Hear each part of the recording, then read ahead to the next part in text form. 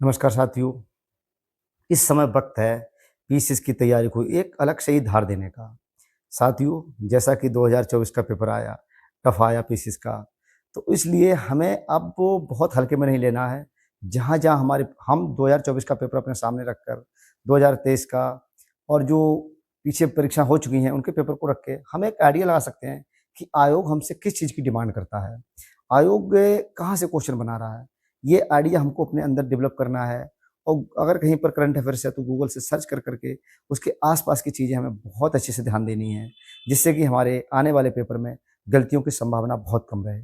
जैसा कि हमने देखा कि उसने 30-35 फैक्ट डाल दिए आरओ में, तो हमें लगा पेपर बहुत ईज़ी है, जबकि पेपर कठिन था। और ये फैक्ट वाले क्वेश्चनों में ज़्यादा मतलब वो गलतियाँ होती हैं।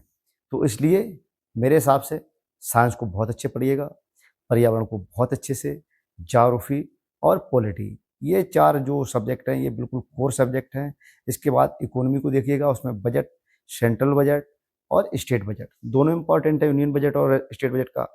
फिर हम देखते हैं कि ज्योग्राफी अच्छा सेक्शन है और करंट अफेयर्स मुख्य भूमिका अदा करता है, इसमें कोई दो राय नहीं है। और अगर हम हिस्ट्री को देख लें, मॉडर्न हिस्ट्री को, अब तो मिडिवल से भी क्वेश्चन आ रहे हैं, प्राचीन से भी आ रहे हैं। अब हम ये नहीं कह सकते हैं कि इससे कम आ रहा है, उससे कम आ रहा है, बल्कि हाँ, जो मुख्य मुख्य हैं, जैसे मान लो उसमें हम पढ़ते हैं महाजनपदा है और ऋग्वेद कालीन जो है, गुप्ता पीरियड है, मौर्य डायनेस्टी है और जैन, बौद्ध और उधर ये बहुत ही इम्पोर्टेंट सेक्शन है। यहाँ से आता ही आता है साथियों, तो इस पे बहुत अच्छे से काम करें।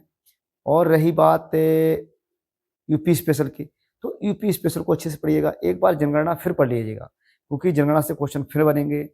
और इसलिए हम यहाँ पर इस तरीके से एक होल अप्रोच से अगर पढ़ेंगे, तो हमारा रिजल्ट अलग तरीके का आएगा।